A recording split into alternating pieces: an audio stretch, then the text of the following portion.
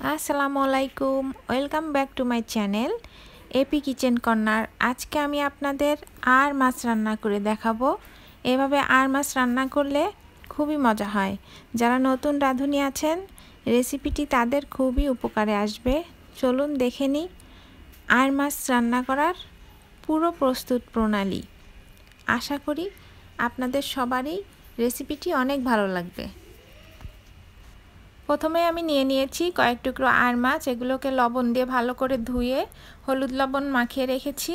এবার এগুলোকে ভেজে নেব। সরিষার তেলের মধ্যে আমি দিয়ে দিচ্ছি আর মাছগুলো একে একে। মাছগুলো ভাজার সময় অবশ্যই চুলার আঁচটা লো ফ্লেমে রাখতে হবে, তাহলে মাছের তেল ছিটে আসবে না। মাছগুলো হালকা ভেজে নিতে হবে, কড়া করে ভাজা যাবে না।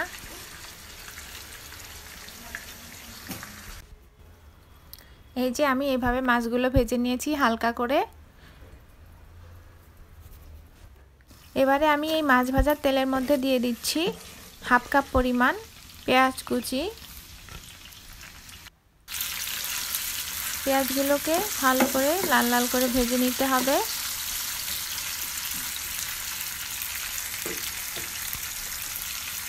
এই পর্যায়ে আমি অ্যাড করব পেঁয়াজ আদা রসুনের মিক্সড পেস্ট।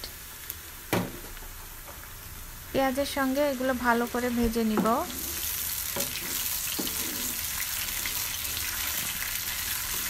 ভালোভাবে মশলাগুলো আমি ভেজে নিচ্ছি নেড়ে চেড়ে। এই পর্যায়ে আমি অ্যাড করব হাফ চামচ হলুদের গুঁড়া, জিরার গুঁড়া, মরিচের গুঁড়া, লবণ। অল্প পানি দিয়ে মশলাগুলোকে কিছুক্ষণ ধরে ভেজে নিতে হবে। যখন মশলার উপরে এভাবে তেল উঠে আসবে, বুঝবেন মশলাটা কষা হয়ে গেছে। এখানে আমি অ্যাড করছি টমেটো। আরও কিছুক্ষণ মশলাটাকে কষিয়ে নিব।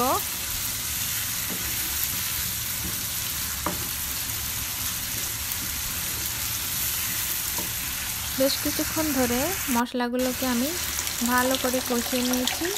এবারে এখানে অ্যাড করছি 1 কাপ পরিমাণ পানি। পানিটা যখন ফুটে আসবে তখন আমি এর মধ্যে দিয়ে দিচ্ছি ভেজে রাখা মাছগুলো।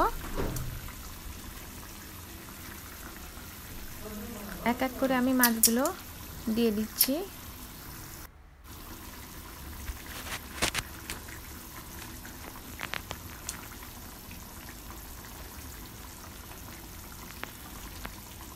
একে একে সব মাছগুলো দিয়ে দেওয়া হয়ে গেছে আমার। এবারে আমি মাছগুলো ঢাকনা দিয়ে ঢেকে 3-4 মিনিট রান্না করে নিব।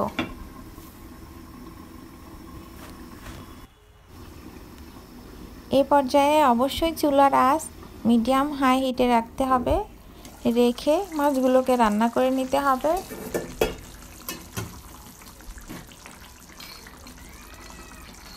এই পর্যায়ে আমি অ্যাড করব হাফ চা চামচ পরিমাণ গরম মশলার গুঁড়া,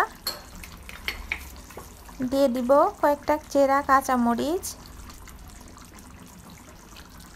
দিয়ে দিব কয়েকটা ধনিয়ার পাতা।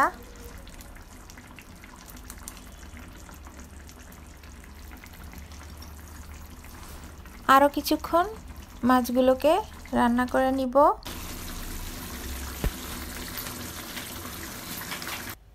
এই যে রেডি আমার আর মাছ ভুনা।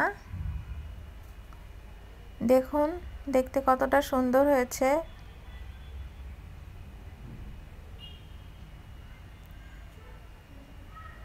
আপনারা অবশ্যই বাসায় ট্রাই করবেন।